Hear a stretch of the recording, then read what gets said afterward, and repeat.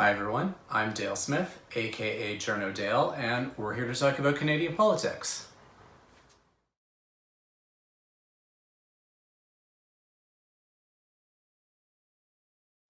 It is time to take some of your questions, and we will start this week with Martin over on the Patreon. Martin asks, what specific procedures and or practices of Canada's House of Commons are best for holding government to account? And why are those procedures and practices best accomplished by live as opposed to remote sittings? Okay, so accountability is not a single action, it's kind of a process. And that is pretty much all of the things that Parliament does, whether it's question period, which is certainly one of those mechanisms. It's questions on the order paper, which have to be done basically with the House sitting. And it's also just actual legislative scrutiny, and that includes committee hearings where they can call witnesses, as well as, the kinds of things that are part of the supply cycle. Part of Parliament's duties and part of how they hold government to account is by exercising financial control. Government can't spend money without the legislature's approval, and that gives them a certain amount of leverage in terms of how they exercise that accountability. Unfortunately, this has become kind of worn away over the years as the estimates process has gotten more and more complex, and MPs have kind of surrendered some of that authority or just willingness to exercise that in favor of other things, a lot of it being things like work in their constituency offices and so on. So that's part of why Parliament is almost like an ecosystem of accountability rather than one or two particular procedures or practices. The other thing to kind of keep in mind as to why it's better in person than it is virtually is, well, a couple of different reasons. Some of it is that what's been going on virtually is a kind of truncated process. We haven't seen actual legislative scrutiny. We haven't seen actual motions being filed. There have been no supply days, which are also known as opposition days, which is a really can be a good use of the opposition's ability to hold government to account by forcing debate on particular issues, or by simply demonstrating why the government doesn't deserve supply in certain cases. That was certainly the intention of supply days as they were originally conceived, although these days it's a lot of chest thumping or mom and apple pie motions that they're hoping that everyone will get behind. So it's kind of, again, MPs have kind of been their own worst enemy as part of that.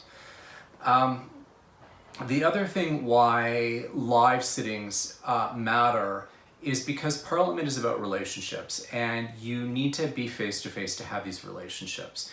You can't create the same kind of relationships across your own party or across the aisle with other parties if you're interfacing through a screen, because those relationships are built on the margins. It's the conversations that happen on the sides of committee rooms and in the hallways and the lobbies and so on. And these are important things for how Parliament functions. And that's one of the things that, nobody can actually convince me can be adequately replaced in any virtual kind of situation. So that's partially why live sittings are so much more important. Even in these strained pandemic times, if anything, I would imagine make those relationships even easier to form, because you've kind of got this bonding experience of living through these global garbage times. And being kind of on the front lines together. I think that'd be an incredibly valuable experience for MPs to have.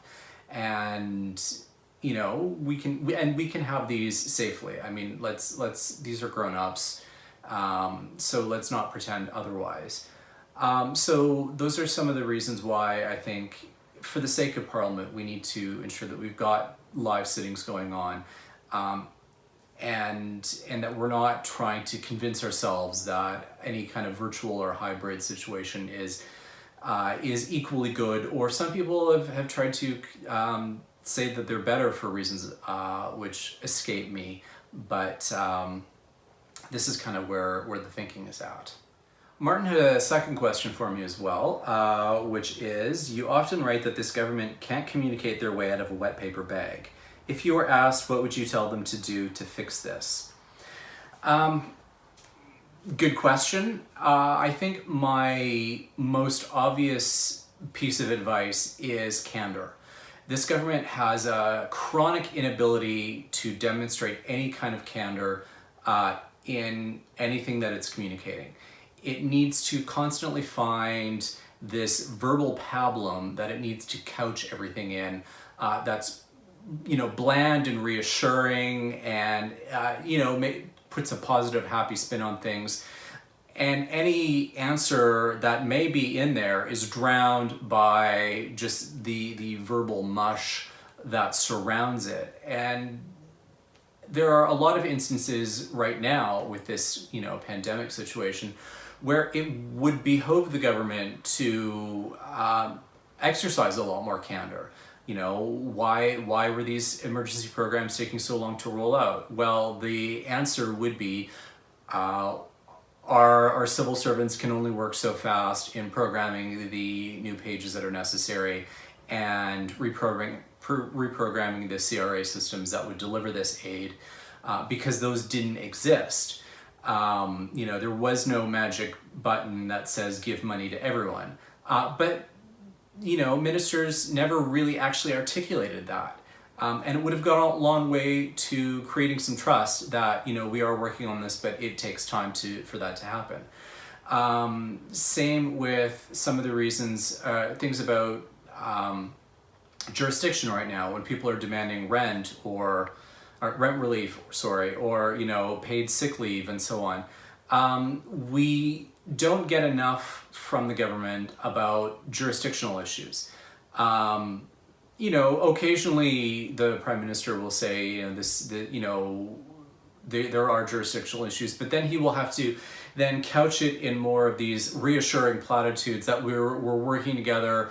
We're going to stand up for Canadians, so on and so on, without, spelling out that this is a problem that premiers need to address, and he can't do anything about it other than to offer some reassuring words.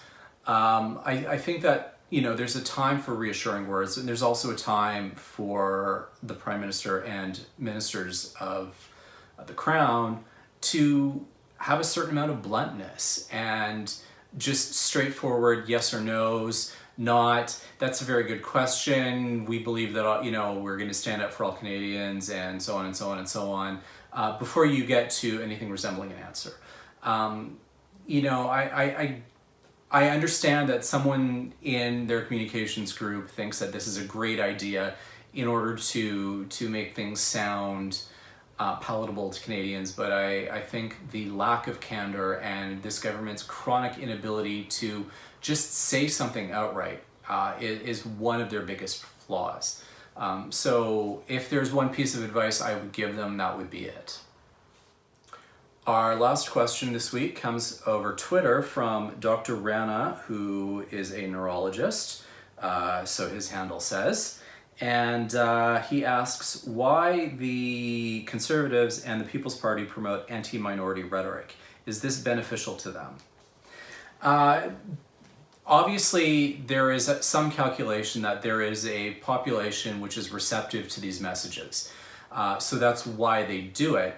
But they generally try to be somewhat clever in how they do it, because the strict demographic truth in Canada is that you cannot simply run on a message that seeks to alienate these whole voting blocks, visible minorities, and so on, because just where the votes are for them in a lot of suburban ridings, the whole 905 as they call it, the lower mainland in BC.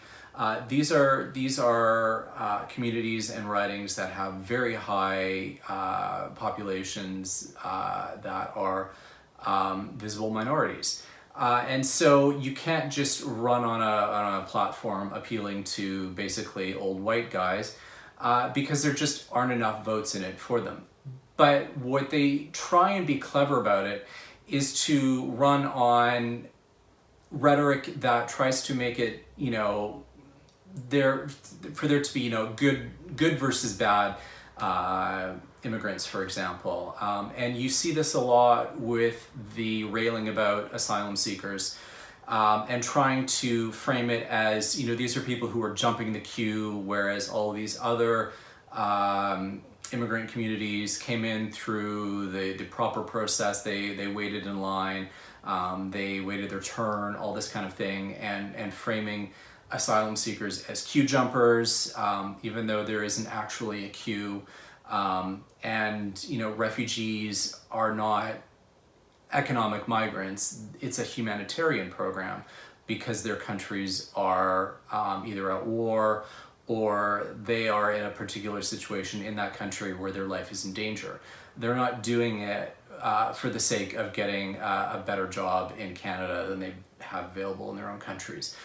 But those are the kinds of framing devices and rhetoric that they will apply in order to make themselves both appealing to this demographic that is suspicious of newcomers, at the same time as appealing to a segment of newcomers for whom they will feel a certain sense of resentment to other newcomers who didn't use the same process that they did. And these communities do exist. These